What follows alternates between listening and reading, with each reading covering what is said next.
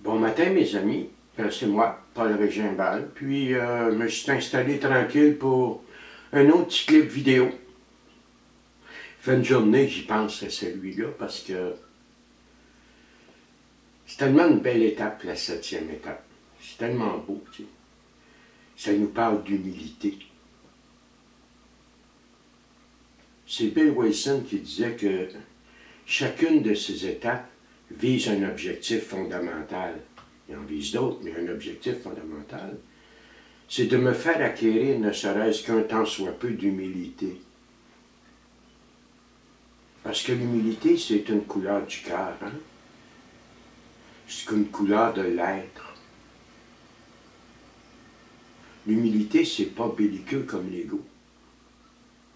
C'est pas chicanier, ça veut pas avoir raison à tout prix. L'humilité, c'est intime, hein? Ça parle jamais à voix haute, ça parle à voix basse, l'humilité. C'est très, très doux. Excessivement bon pour un grand blessé comme moi, qui réclame justice et vengeance, puis dans un même temps s'autodétruit par lui-même. Pardon. 7e étape. Nous lui avons humblement demandé de faire disparaître nos déficiences. Je ne sais pas si tu as remarqué, mais c'est l'ancienne formulation. Et je t'ai expliqué au début pourquoi j'utilise, au début des capsules, pourquoi j'utilise l'ancienne formulation. Je ne reviendrai pas là-dessus. Nous lui avons humblement demandé de faire disparaître nos déficiences. Qu'est-ce qu'une déficience? Est-ce qu'une déficience, c'est un défaut de caractère? Non. Non, non, pas pareil pantoute, là. Déficience, déficit. Déficit de l'attention, c'est pas un défaut de caractère, ça. Tu te garoches partout parce que tu es hyperactif, ça c'est un défaut de caractère. Mais c'est pas un défaut de caractère, le déficit de l'attention. C'est une déficience.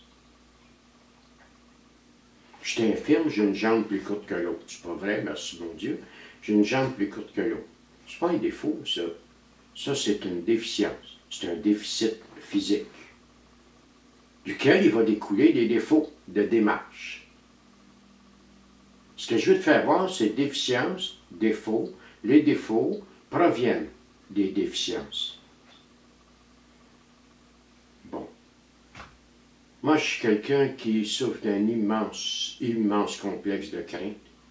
J'étais tout petit, moi, puis je vivais dans la peur, l'insécurité et la fuite la plus totale.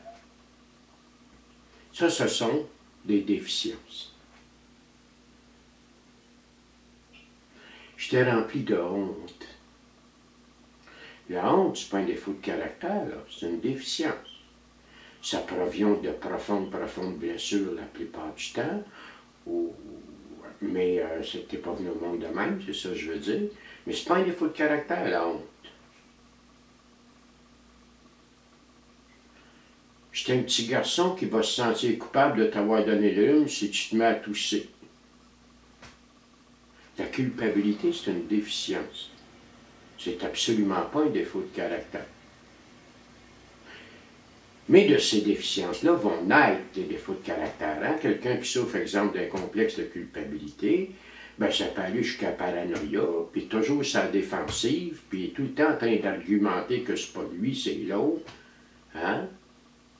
Quelqu'un qui est rempli de honte, il va présenter un personnage qui n'est pas lui-même, il va être perfectionniste, puis un paquet de bébelles de même, qui sont des défauts de caractère. Ce que je veux te faire voir, c'est qu'en 6e étape, j'ai pleinement consenti à ce que Dieu élimina tous ces défauts de caractère, en reconnaissant mon impuissance devant mes défauts, et en faisant une espèce de 3e étape dessus. S'il est vrai que je suis impuissant devant mes défauts de caractère, comment me l'être encore plus devant mes déficiences? Plus je cherche à cacher, à camoufler une infirmité, et plus je la mets de l'avant. j'aurais été le seul à avoir pensé que je camouflais ce que tout le monde alentour voyait. Anyway. Du Paul de Tarse, dans ce chapitre-là, il disait, c'est non seulement qu'ils ne le veulent pas, mais ils ne le peuvent même pas. Moi, j'ai acquis la ferme conviction que je n'avais aucun pouvoir curatif sur mes déficiences. C'était tellement gros et ça me ramenait à mes grandes blessures, ça me ramenait aux abus que j'ai vécus, ça me ramenait à la maltraitance, ça me ramenait à un paquet de blessures profondes, plein de trous. C'est sûr que dans l'égocentrisme, j'ai voulu cacher tout ça, j'ai présenté quelqu'un d'autre, puis j'ai failli en mourir, par exemple. Je faisais vivre un personnage qui n'était pas moi et je privais mon enfant de ce qu'il aurait eu besoin. Et tout ça pour te plaire à toi. Donc, 7e étape. Nous lui avons humblement demandé de faire disparaître nos déficiences.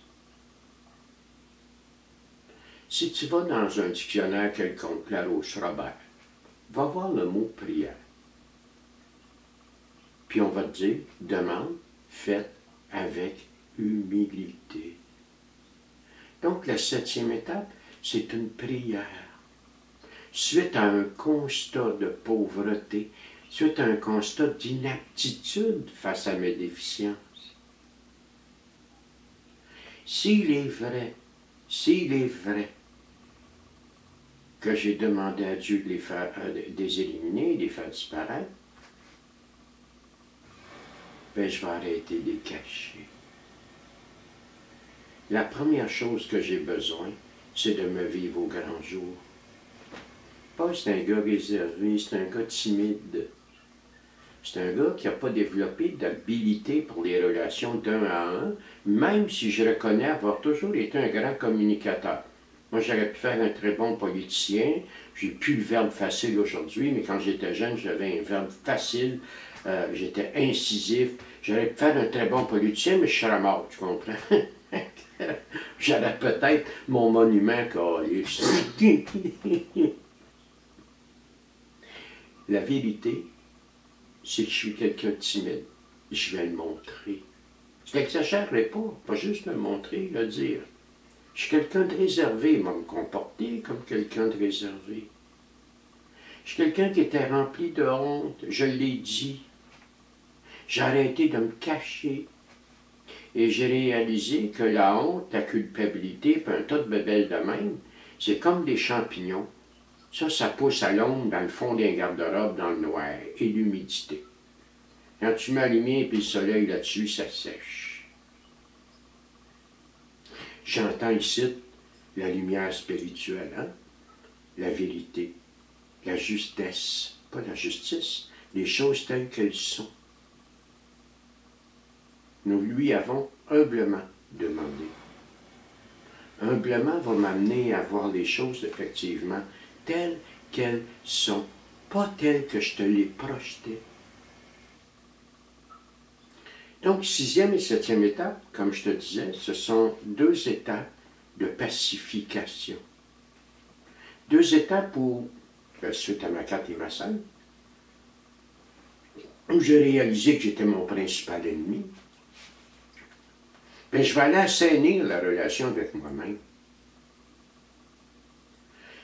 Je suis peut-être dans l'erreur, car c'est mon opinion personnelle, mais moi je réalise que la qualité de ma relation avec les autres est proportionnelle à la qualité de la relation que j'ai avec moi-même.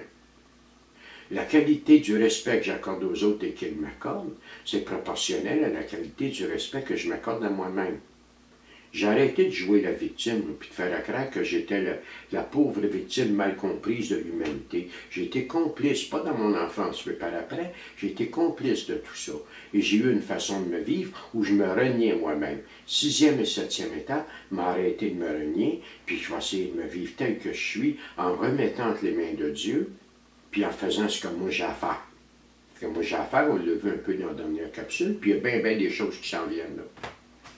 C'est pas me déresponsabiliser, me déculpabiliser, pas pareil.